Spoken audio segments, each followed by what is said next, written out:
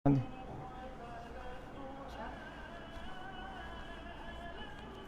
salli ala Muhammad wa ali Muhammad. Allahumma salli ala Sayyidina Muhammad wa ali Muhammad. Allahumma salli ala Sayyidina Muhammad wa ali Sayyidina Muhammad.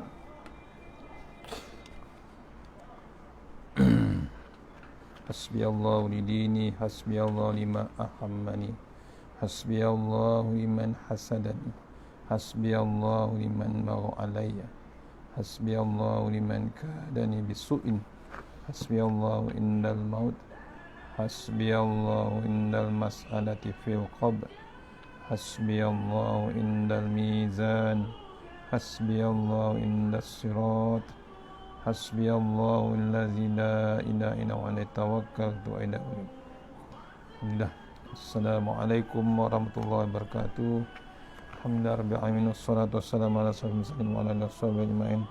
A'udzu billahi minan nar min syarril kuffar min ghadabil jabbar wal izzati lillahi war rasulin. Allahumma ghnina bihalal haramik wa liman siwa bismika Allahumma ya daim ya hayyu ya fardu ya witr ya ahad ya samad. Allahumma salli ala Muhammad wa ala ali Muhammad. Bismillahirrahmanirrahim. Bismillahi ma sya'allah la yasuqu Allah. Bismillahi ma sya'allah la yasifu suwaillah. Bismillahi ma sya'allah man kana min ni'matin fa min Allah. Bismillahi ma sya'allah la ya'ti bil hasanati illa Allah. Bismillahi ma sya'allah la hawla wa la quwwata illa billahil aliyyil azim. Allahumma inni as'aluka bi barakati syarifa an tuhimma ala dunya. Amin ya rabbal alamin. Alhamdulillah, jumpa lagi untuk pengisian Maghrib hari ini. Mudah-mudahan pengisian yang sebentar ini dapat kita bawa menghadap Allah Ta'ala di yaumul mahsyar insyaAllah.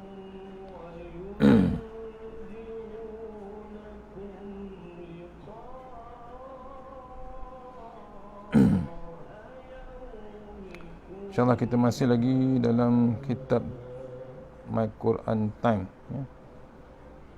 Muka surat 147 InsyaAllah.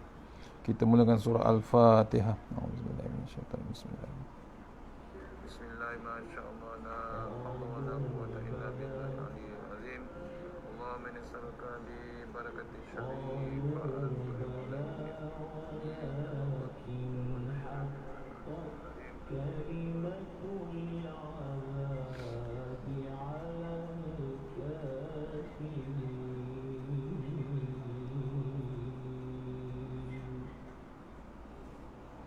InsyaAllah kita share, sama-sama share untuk Masjid Al-Faizin Kepong, Desa Jaya Kepong. Mohon share insyaAllah, sama-sama kita share insyaAllah.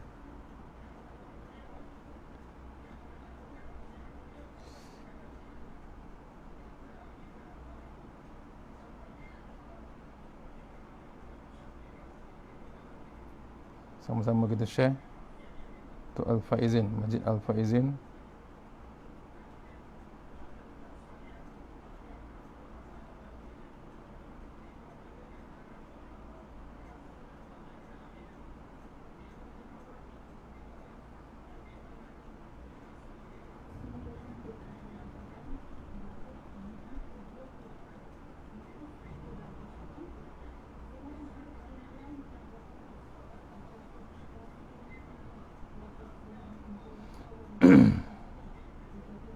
Mohon sahabat-sahabat share insyaAllah.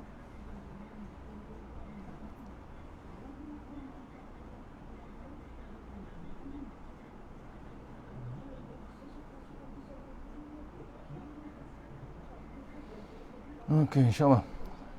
Kita balik. Assalamualaikum warahmatullahi wabarakatuh. Kita terus dengan ayat 193 Al-Baqarah insyaAllah. 193 Al-Baqarah. Diringkaskan sinopsisnya ialah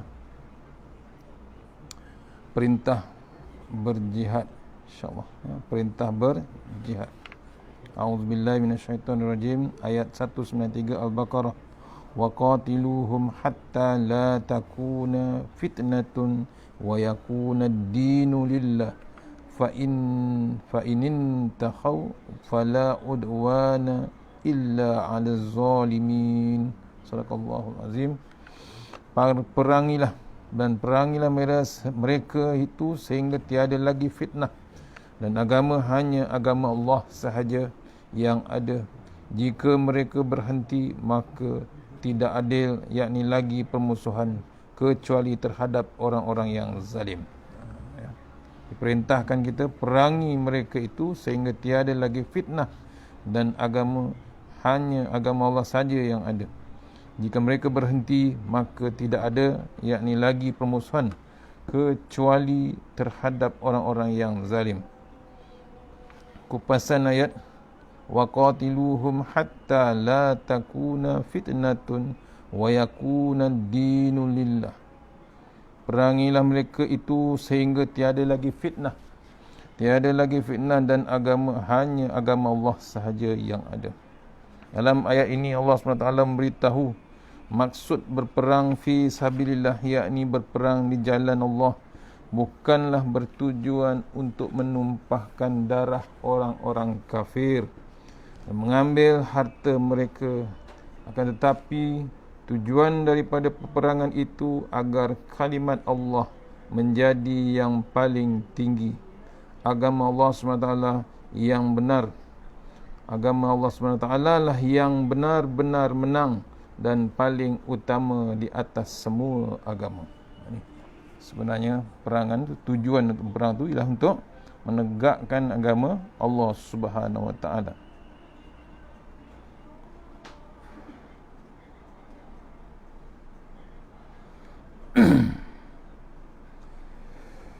Fa in tahaw fala udwana. Jika mereka berhenti, maka tidak ada lagi permusuhan. Ya. Tujuan perang ni, ya, bila dah berhenti, disuruh kita berhenti, disuruh kita tidak lagi ada bab permusuhan. Manakala tujuan perangan di jalan Allah adalah untuk menolak segala perkara yang bertentangan dengan agama dan juga menolak kesyirikan yang terjadi. Maka apabila maksud ini dapat dihayati dan difahami, tidak akan ada lagi pembunuhan dan apatah lagi peperangan. Itu tujuannya, nak menegakkan agama Allah Ta'ala. Disambung lagi nota tersebut, perangilah orang kafir sehingga syirik tidak lagi terjadi terhadap Allah Subhanahu Wa Ta'ala. Andai mereka berhenti melakukan syirik, maka kaum muslim juga akan berhenti memerangi mereka. Ini zaman Nabi Muhammad SAW. Pun begitu, tidak semua orang bukan Islam itu adalah musuh. Jika mereka bermusuh sehingga melibatkan pembunuhan kepada orang Islam, mereka itu sahajalah yang patut diperangi. Manakala orang yang bukan Muslim tetapi tidak memusuhi Islam, harus dibiarkan beragama, kerana Rasulullah SAW tidak pernah memaksa orang Nasrani dan Yahudi di Madinah untuk memeluk Islam. Ini adalah suatu kefahaman yang penting. Ini diceritakan, ya, oleh Nabi Muhammad SAW. Nabi tidak pernah perang pada Yahudi dan Nasrani. Kenapa? Tidak pernah mengganggu bab agama Islam. Tidak pernah paksa, ya, tidak paksa pun orang Nasrani dan Yahudi di Madinah untuk memeluk Islam. Illa ala zalimin, kecuali mereka terhadap orang-orang yang zalim. Tidak ada lagi permusuhan kecuali bagi orang yang zalim. Maksudnya tidak ada permusuhan lagi bagi orang Muslim kecuali terhadap mereka yang melakukan kezaliman. Maksudnya dia melakukan kezaliman pada orang Muslim. Itu jadi musuh kita yang sebenarnya. Ya. Contohnya berlaku di Rohingya, contohnya berlaku di Syria dan macam-macam. Ini itu zalim kepada Islam, zalim pada orang Islam. Pengajaran daripada ayat tersebut, Islam adalah agama yang diredai Allah Subhanahu Wa Taala. Terhapus dosa-dosa yang dilakukan sebelum masuk Islam. Firman Allah Subhanahu Wa Taala, maka jika mereka menghentikan permusuhan, maka sesungguhnya Allah SWT Maha Pengampun dan Maha Penyayang. Al-Baqarah 192. Yang Islam ni adalah agama yang diredai Allah SWT, bukan agama lain. terhapusnya dosa-dosa yang dilakukan sebelum masuk Islam. Ya. Siapa yang kafir dulu, banyak dia punya dosa, dihapuskan bila masuk saja Islam. Maka jika mereka menghentikan permusuhan, maka sesungguhnya Allah Maha Pengampun. Diserang, dibiarkan kita biarkan saja. Jangan kita musuhi lagi bila dah berhenti dengan bab perang. Wajib berjihad ke jalan Allah jika terdapat orang beriman yang ditindas atau difitnah terhadap agama sucinya. Ni disuruh kita, diperintah. Jihad jadi wajib di jalan Allah jika terdapat orang beriman yang ditindas. Maksudnya orang Islam yang beriman ditindas, kita wajib untuk berjihad di jalan Allah. Yang ketiga daripada ayat tersebut, jauhkan daripada sifat zalim dan jangan menzalimi diri dan orang lain. Jauhkan kita daripada bab zalim. Bimbangkan kita zalim pada diri kita sendiri, bukan orang lain, diri kita sendiri. Dah elok-elok ada bab Islam, dah elok bab hebatnya Islam, kita zalimkan diri kita sendiri dengan bersekongkol dengan yang tidak Islam. Zalim bukan orang lain, dia sendiri. Dia zalimi diri dia sendiri bersama dengan menzalimi orang lain. Dah tahulah total tempat dia orang Islam, dia memilih pula nak bersekongkol dengan yang bukan Islam. Dah ada peluang memerintah dengan berkuasa dengan bab orang Islam. Kenapa pula gelojoh sangat, tamak sangat nak memilih untuk dapatkan sesuatu, nak bersekongkol, nak bersetuju dengan yang bukan Islam. Tu yang jadi rosaknya Islam. Contohnya, dia menzalimi diri sendiri dan juga dengan menzalimi orang lain. Itu antaranya. Ayat 192, Allah telah perintahkan kita supaya berjihad. Jihad maksudnya perangilah mereka sehingga tiada lagi fitnah. Kemudian agama hanya agama Allah saja yang ada. Jika mereka berhenti memerangi kita, maka tidak ada lagi untuk permusuhan kecuali terhadap orang-orang yang zalim. Orang yang menindas umat Islam, wajib kita jihad, perang pada agama Allah Ta'ala. Masuk ayat 194, pelaksanaan hukum Islam. Apa dia? Pelaksanaan hukum qisas. A'udzubillahi minasyaitonirrajim. Ayat 194. Kita renung ayat 194. Asy-syahrul haramu bisyahril harami wal hurumatu qisas. Faman i'tada 'alaikum fa'tadu 'alaihi bimisli ma'tada 'alaikum. Wattaqullaha wa'lamu annallaha ma'al muttaqin. Sadaqallahul azim. Maksudnya, bulan haram dengan bulan haram, dan yakni terhadap sesuatu yang dihormati berlakunya hukum qisas. Oleh sebab itu, barang siapa yang menyerangmu, maka seranglah dia setimpal dengan serangannya terhadap kamu. Bertakwalah kepada Allah dan ketahuilah bahawa Allah berserta orang-orang yang bertakwa. Al-Baqarah ayat 194. Kita renung kupasan ayat ini. Dicatatkan di sini asbabun nuzul. Ketika Rasulullah SAW berangkat mengerjakan umrah pada tahun ke-6 Hijrah, baginda bersama serombongan kaum muslimin telah dihalang atau dihalau oleh orang-orang musyrik untuk masuk ke Baitullah pada bulan Zulkaidah yang merupakan bulan haram, sehingga baginda SAW membuat perjanjian dengan mereka untuk masuk dalam tahun berikutnya. Kemudian baginda bersama kaum muslimin masuk ke Baitullah pada tahun berikutnya, Dan Allah SWT pun memberi balasan terhadap kaum musyrikin, yakni diriwayatkan oleh Ikrimah daripada Ibnu Abbas, Abu Darda, As-Suddi, Qatadah, Muqsim, Rabbi bin Anas dan ulama lainnya. Pada ayat ini dan ayat sebelumnya masih bercerita tentang berjihad ke jalan Allah Subhanahu Wa Taala. Antara bulan yang diharamkan untuk berperang ialah bulan pertama, bulan Rajab. Kedua, Zulkaidah. Ketiga, Zulhijjah. Keempat, Muharram. Mengapa bulan ini diharamkan untuk berperang? Jawapannya, kerana bulan itu adalah bulan-bulan untuk dijadikan ibadah umrah dan haji. Masyarakat Arab sememangnya sangat memahami peraturan ini. Walau bagaimanapun adab menjaga bulan haram ini ada batasannya. Jika bulan haram itu dicabuli oleh orang-orang kafir, maka kaum muslimin boleh memerangi mereka. Maksudnya, apabila kaum musyrikin menyerang kaum muslimin pada bulan haram, maka kaum muslimin dibolehkan membalas serangan itu pada bulan tersebut.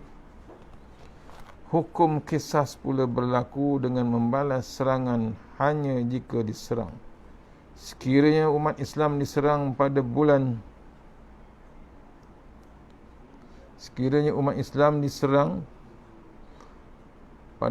haram, mereka boleh mempertahankan diri. Balaslah dengan setimpal dengan apa yang telah mereka lakukan, yakni serangan, dan jangan berlebih-lebihan.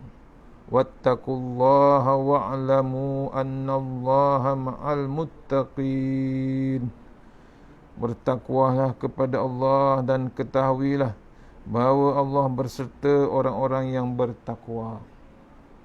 Dalam ayat ini juga Allah SWT telah ingatkan tentang takwa dan tentang orang yang pergi berperang. Sesungguhnya Allah SWT sentiasa bersama orang yang bertakwa. Ya, tidak takut langsung, tidak bimbang langsung. Ya.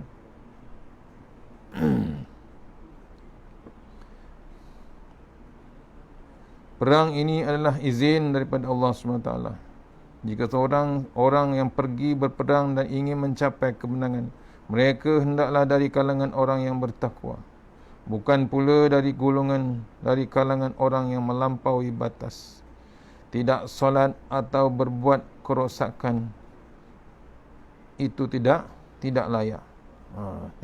Bukan saya perang nak diwakilkan kepada negara.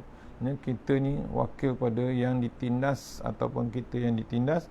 Syarat untuk berperang hanyalah orang yang bertakwa.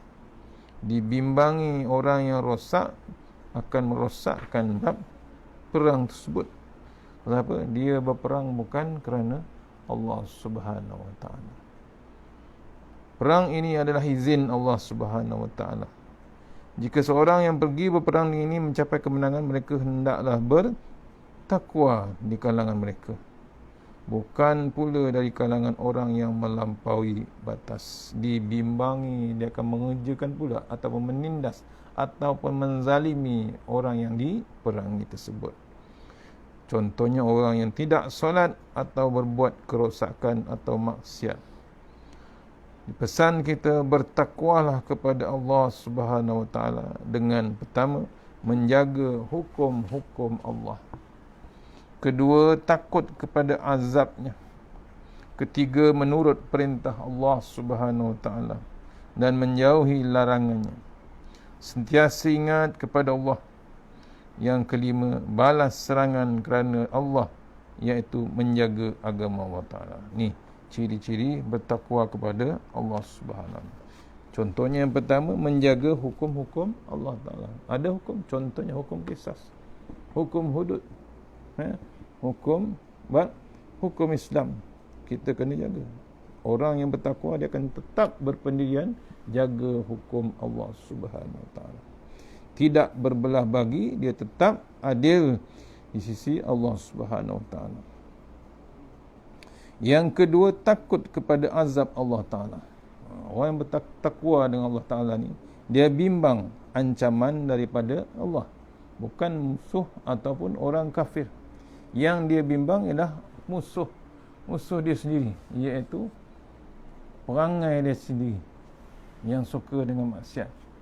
Ini tidak takut dengan azab Allah Ta'ala. Orang yang betul-betul takwa, dia takut dengan azab. Apa azabnya? Neraka Allah Ta'ala. Balasan tetap ada balasan.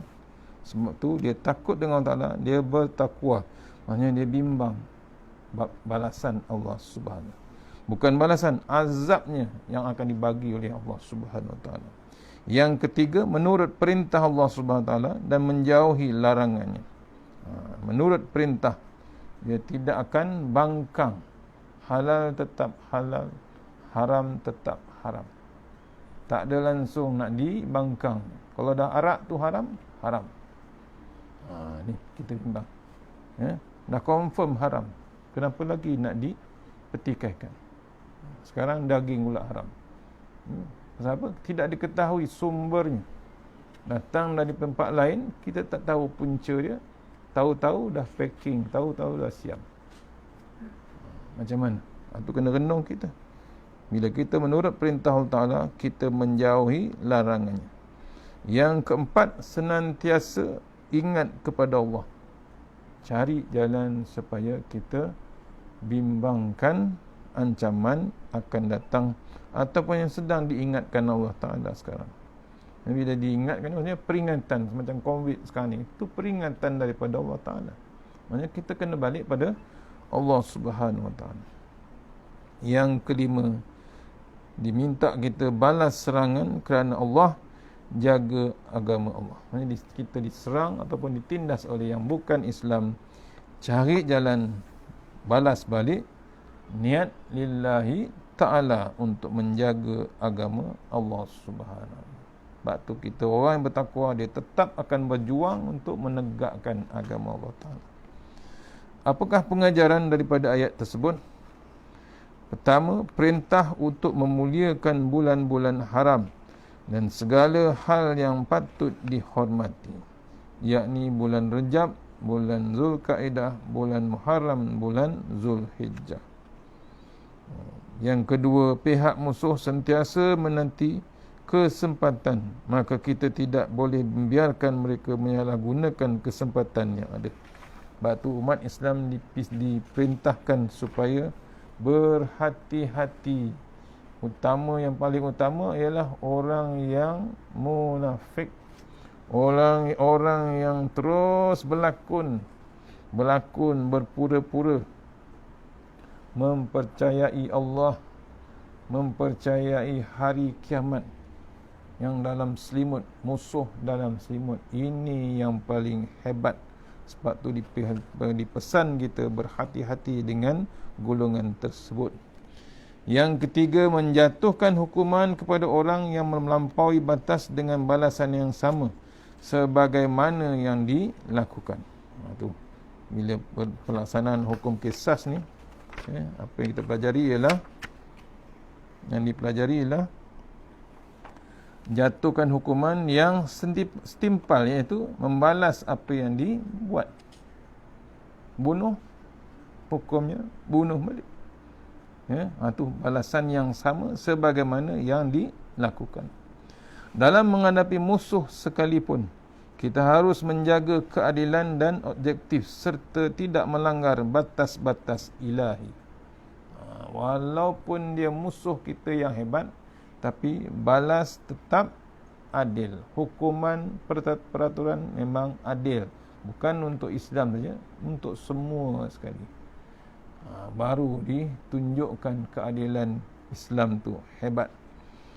Dalam menghadapi musuh sekalipun, pastikan kita tidak melanggar batas-batas ilahi, maksudnya peraturan-peraturan Allah Subhanahu Wa Taala. Yang akhir sekali, kebersamaan Allah, iaitu ma'iyatullah, bagi orang yang beriman, bertakwa dan berbuat ihsan. Orang yang ada bersama dengan Allah Ta'ala, orang yang dekat dengan Allah Ta'ala, dia tak tinggal bab, dia tetap dengan imannya, dengan takwanya dan dengan bab ihsan dia. terus menerus menjaga bersama Allah Subhanahu Wa Taala. Tu ditunjukkan dalam ayat tersebut, ya, antaranya 194 yang disuruh kita berlaksanakan hukum qisas. Ayat 195, ya, ni tadabbur ringkas insya-Allah. Tadabbur ringkas kita baca yang ke 195, panjang cerita. Insya-Allah. Untuk Masjid Faizin, ya, ini Masjid Al-Faizin. Saya ulang balik. Kepada Al-Faizin mohon sharekan. Okey, insya-Allah kita sambung terus pada ayat 195, berinfaklah untuk elak kemudaratan. Ini satu lagi perintah. Satu lagi perintah Allah SWT. Ayat 195 maksudnya berinfaklah untuk elak kemudaratan. Sama-sama kita baca. A'udzubillahi minasyaitonirrajim. Wa anfiqu fi sabilillah wa la tulqu bi aydikum ila tahlukati wa ahsinu innallaha yuhibbul muhsinin. Sadaqallahul azim. Maksudnya, dan demakanlah hartamu di jalan Allah, dan janganlah kamu sengaja mencampakkan dirimu ke dalam kebinasaan dengan tangan sendiri, dan berbuat baiklah, sesungguhnya Allah menyukai orang yang berbuat baik. Al-Baqarah 195.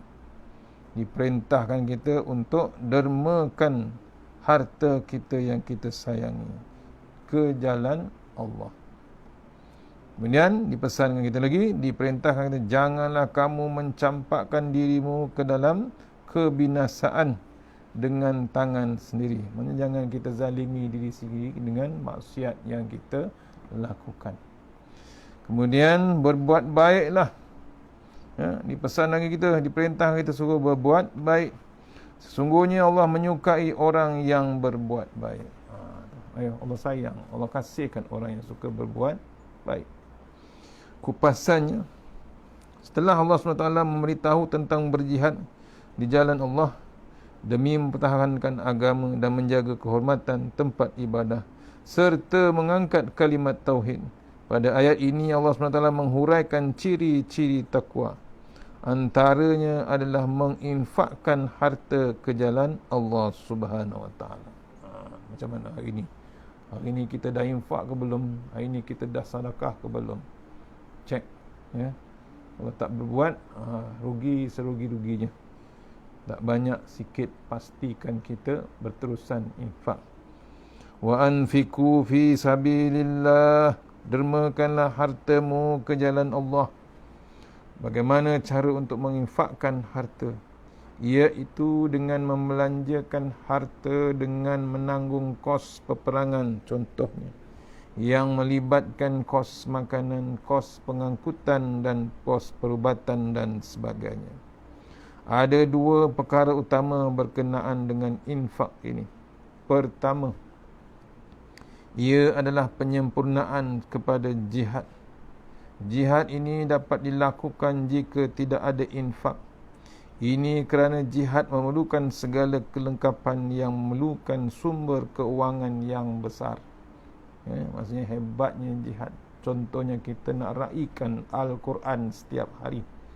Di My Quran Time ada bab sedekah, ada bab infak. Ada bab infak untuk teruskan wakafkan Al-Quran. Maksudnya kita infak dengan Quran, bukan dengan Quran, kita dengan duit kita, dengan pendapatan kita, dengan harta kita. Maksudnya kita infakkan niat untuk terus sebarkan Al-Quran. Wakaf terus, maksudnya tak berhenti. Walaupun kita sudah mati, kita tetap terus dapat pahalanya non-stop. Tu kena-kena kita. Walaupun kita mati dah masuk dalam kubur, infak kita berterusan. Pasal apa? Quran terus dibaca, contohnya. Sebab tu, satu-satu untuk bantu jihad, untuk menangkan Quran, untuk menyebarkan Quran ialah jihad dia, sumber keuangan, sumber infak kita. Ada nilai di sisi Allah SWT jika kita menginfakkan harta untuk jihad fi sabilillah. Ini kerana di situ ada hubungan dengan menegakkan agama Allah Subhanahu Wa Taala.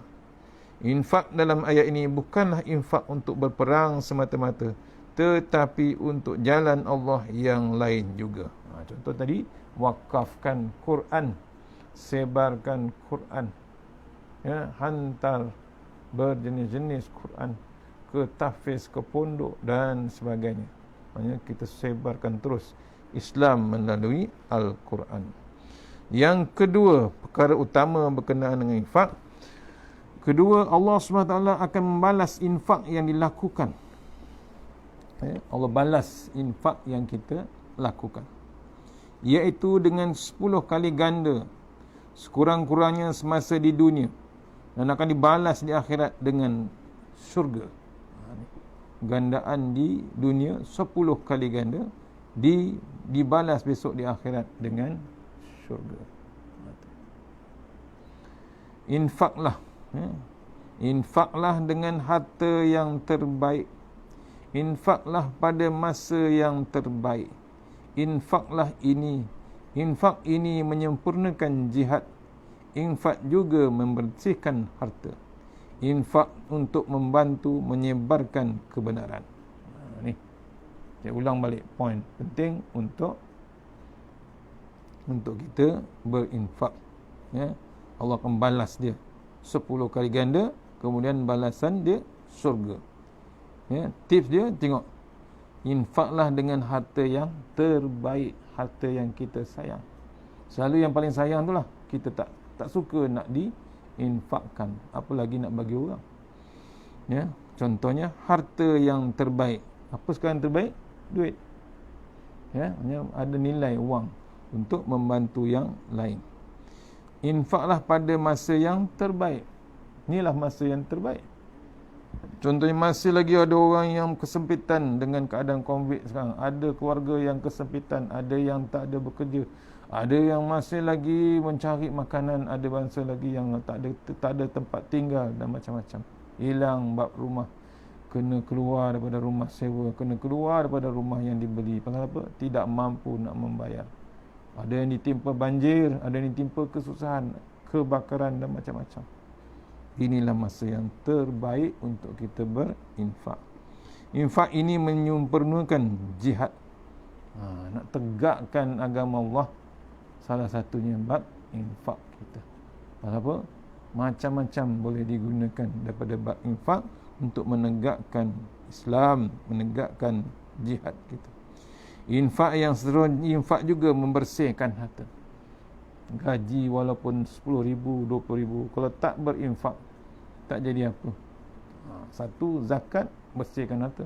Infak pun hebat dengan bab membersihkan harta kita, menyucikan harta kita, dibimbangi. Yang kita dapat tu kemungkinan ada yang bukan kita punya, ataupun ada yang subhat-subhat. Yang seterusnya, infak untuk membantu menyebarkan kebenaran. Contohnya tadi, infak wakaf Al-Quran. Benar tak Quran tu? Memang kebenaran nak disebarkan. Wala tulku biaidikum ila tahlukati. Dan janganlah kamu sengaja mencampakkan dirimu ke dalam kebinasaan dengan tangan sendiri. Habis infak, dipesan kita, diperintahkan kita, jangan campakkan diri kita ke tempat yang binasa. Ayat ini Allah SWT menekankan mengenai kebinasaan. Orang yang tidak lagi mahu berjuang demi kebenaran adalah mereka yang mencampakkan diri ke dalam kebinasaan. Orang yang tak ada setitik pun, sedetik, sikit pun dalam hati nak menangkan Islam, dia antara orang-orang yang binasa nanti. Hebat macam mana pun, tapi dia tak ada satu detik pun dalam hati nak menangkan Islam. Kemungkinan satu dosa yang tak diampunkan Allah Subhanahu Wa Taala. Langsung tak ada niat, dia Islam tapi niat langsung nak menangkan Islam tu tak ada. Rugi serugi semua. Pasal apa? Dia salah satu yang nak mencampakkan dirinya ke dalam kebinasaan. Begitu juga dengan infak. Jika kita tidak berinfak, ia akan merugikan kita. dan membawa kepada kebinasaan. Ada yang berkata mereka sudah berinfak dahulu dan sekarang masa untuk menyimpan pula. Sebenarnya ini juga sikap yang membawa kepada kebinasaan. Pasal apa? Mengira sangat pemberian Allah. Walhal bukan dia punya, Allah punya. Allah pinjamkan sebentar, gunakan sebentar, cukup masa Allah akan ambil balik.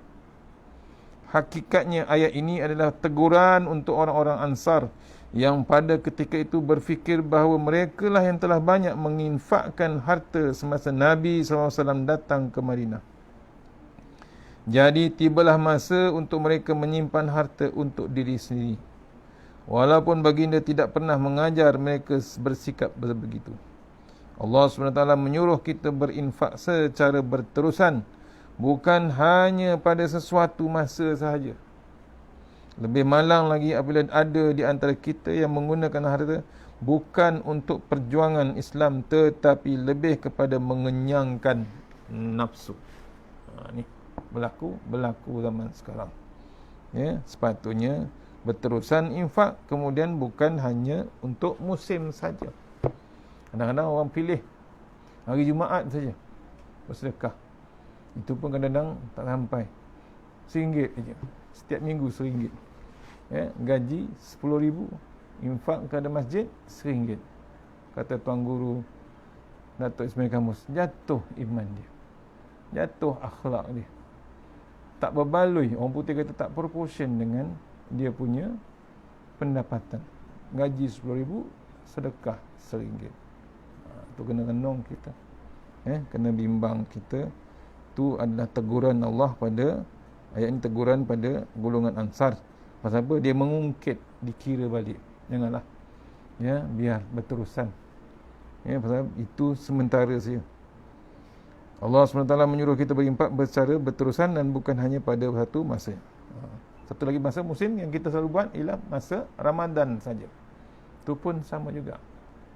Pasal dia dah bersedekah, berzakat, bab infak pada waktu bulan Ramadan. Pasal dikira bulan tu paling banyak pahala. Dia terlupa itu latihan 1 bulan untuk yang 11 bulan, untuk kita mudah bersedekah, berinfak waktu bulan yang lain. Rugi serugi-ruginya.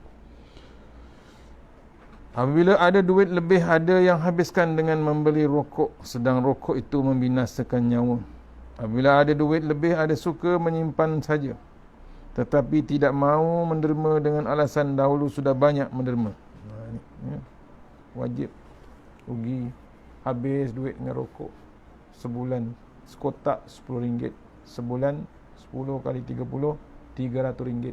Setahun RM3,600. Setahun. Dah berapa lama merokok? 40 tahun. 3,100 kali 4,000, 40. Jawab. Ya, 3 kali 4, 12. 3,600 kali 10, 36,000. Kali 4, 72, 144,000. Allah, dan rokok saja itu kalau satu kotak minimum. Ada orang menyesal sampai lebih pada sekotak. Itu kena renung kita duit bakar rokok. Justru berinfaklah ke jalan Allah. Berilah infak yang terbaik tanpa menghadkan masa dan juga harta. Orang yang pergi berperang sehingga tergadai nyawa, inilah infak yang paling bernilai dan dapat diperjuangkan sehingga akhir ayat. Wa ahsinu innallaha yuhibbul muhsinin. Dan berbuat baiklah, sesungguhnya Allah menyukai orang yang berbuat baik. Dalam ayat ini Allah SWT juga memerintahkan agar kita dapat berbuat kebaikan, yakni ihsan, dalam seluruh perbuatan yang dilakukan, terutamanya dalam bab memberi infak. Bab ihsan kena berterusan.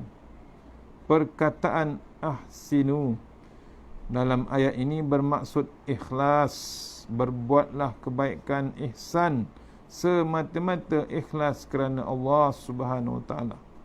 berinfaklah kerana Allah Subhanahu Wa Taala, bukannya disebabkan ada tujuan lain. Jika infak yang kita berikan ini tidak ikhlas, maka tidak akan diberikan ganjaran oleh Allah Subhanahu Wa Taala. Di antara bentuk-bentuk kebaikan yakni ihsan yang boleh dilakukan ialah pertama, membantu orang lain dengan kedudukan yang kita miliki. Kita ada kuasa, kita gunakan untuk bantu yang di bawah sana. Yang kedua, beramal ma'ruf dan nahi mungkar. Menganjurkan kebaikan dan mencegah kemungkaran. Yang ketiga, mengajar ilmu yang bermanfaat. Bukan mengajar ilmu yang tidak bermanfaat. Mesti ada bab manfaat pada semua orang. Yang keempat, memenuhi keperluan manusia. Tu ihsan yang sepatutnya kita buat. Memenuhi keperluan manusia. Yang kelima, menghilangkan derita yang menimpa mereka. Contohnya masa banjir, masa kebakaran, masa taufan dan masa peperangan antara bangsa contohnya. Yang seterusnya, yang menjenguk orang yang sakit. Ada bab ihsan, dia akan cari jalan untuk melihat atau menziarahi orang yang sakit. Yang seterusnya, mengiringi jenazah. Orang hebat ihsan dia follow jenazah tu sampai ke kubur. Yang seterusnya, membimbing orang yang tersesat. Dia tahu orang tu dah berjalan sesat, dia bimbang. Kalau dia ke satu tempat tu memang sosial dia hebat, dia bimbang. So dia nasihatkan secara yang terbaik dengan yang ikhlas untuk membimbing yang akan terjadinya bab sesat. Orang yang tersesat, orang yang terlanjur atau orang yang terjebak kepada maksiat ataupun orang terjebak dengan macam-macam, dinasihat atau dibimbingnya, dididik terus. Yang seterusnya, membantu orang yang mengerjakan sesuatu, iaitu mengajarkan keterampilan dan berbuat ihsan dalam beribadah. Membantu orang yang mengerjakan sesuatu, mengajarkannya dengan keterampilan dan berbuat ihsan dalam beribadah. Nabi SAW ada bersabda, ihsan itu adalah an ta'budallaha ka'annaka tarahu fa in lam takun tarahu fa innahu yaraka. Kamu beribadah kepada Allah seakan-akan kamu melihat Allah. Jika kamu tidak berasa begitu, maka ketahuilah bahawa dia melihat kamu. Riwayat Muslim. Sungguhnya janji Allah kepada mereka yang berbuat kebaikan dan ihsan dalam pengerjaannya adalah pertolongan daripada Allah sahaja. Siapa yang dicintai oleh Allah SWT, maka Allah akan memuliakannya, menolongnya dan tidak menghina serta meremehkannya. Sayang Allah, Allah sayang kita balik. Jaga Allah, Allah pun jaga kita balik. Kena-kenong kita. Apakah pengajaran yang boleh kita ambil daripada ayat tersebut? Pertama, infak adalah salah satu daripada jihad ke jalan Allah Ta'ala Subhanahu. Yang kedua, ihsan kerana kecintaan Allah SWT kepada orang yang berbuat kebaikan, yakni ihsan. Yang ketiga, hendaklah kita menjaga diri, harta serta tidak melakukan maksiat kepada Allah SWT. Sebab tu jangan zalim pada diri kita dan orang lain. Mudah-mudahan pengisian malam ni kita carilah jalan sebanyak mana yang kita mampu untuk berinfak. Kemudian cari jalan menjaga agama Allah Ta'ala, berjihad terus dengan agama Allah Ta'ala. Jangan ditangguh, jangan dibiarkan jadi kezaliman kita. Kita mencampakkan diri kita ke tempat yang binasa. Mudah-mudahan kita tidak sebegitu. Berinfaklah untuk elak kemudaratan. Contoh sebab pasal infak ia penyempurna kepada bab jihad. Dia membalas infak dibalas dengan syurga Allah Subhanahu Wa Taala. InsyaAllah takat tukut malam ni kita sambung esok ayat 196 peraturan-peraturan haji dan umrah. InsyaAllah yang terbaik daripada Allah Subhanahu Wa Taala, yang lemah daripada saya sendiri. Saya mohon ribuan terima kasih kerana Masjid Al-Faizin Desa Jaya Kepong memberi ruang untuk saya buat online terus kepada masjid, dan untuk semua mudah-mudahan dirahmati semua oleh Allah Subhanahu Wa Taala. Kita sudahi surah Al-Fatihah insyaallah. Iyyaka na'budu wa iyyaka nasta'in. Shiratal ladzina an'amta 'alaihim.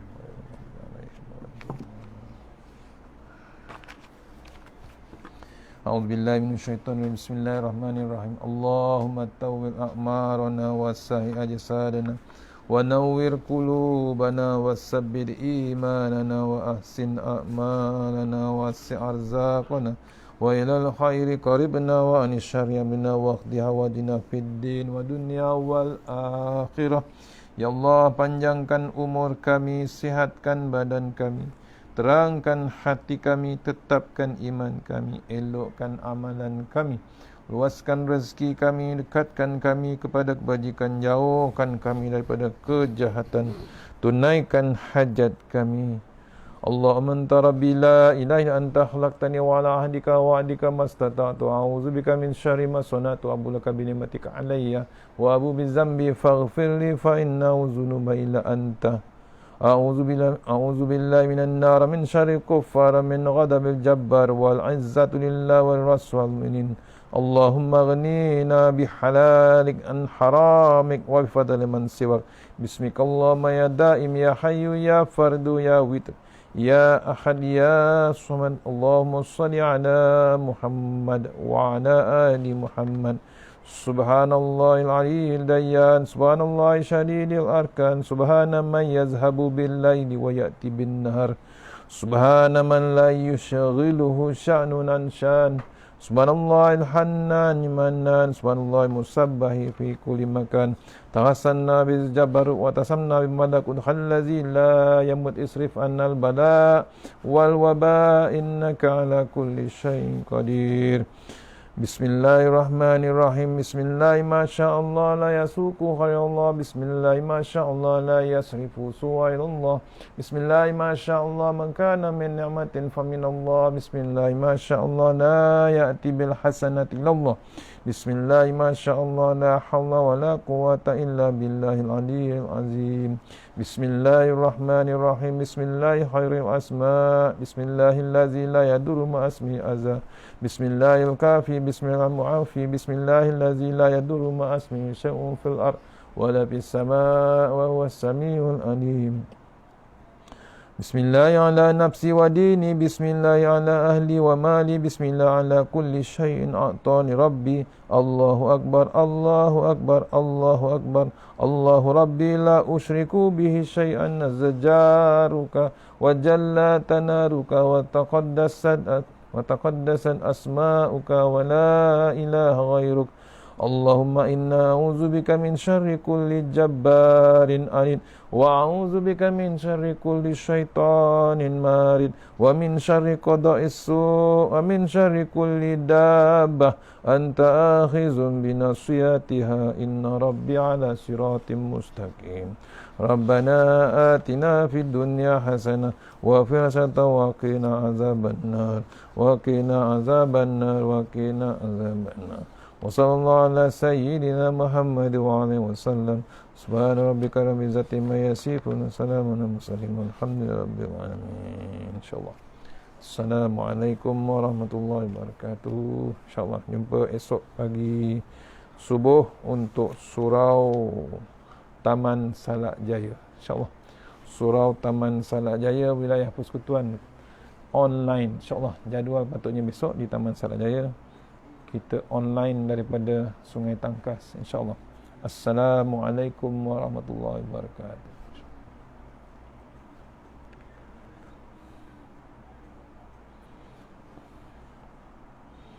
Allahumma shalli ala Muhammad.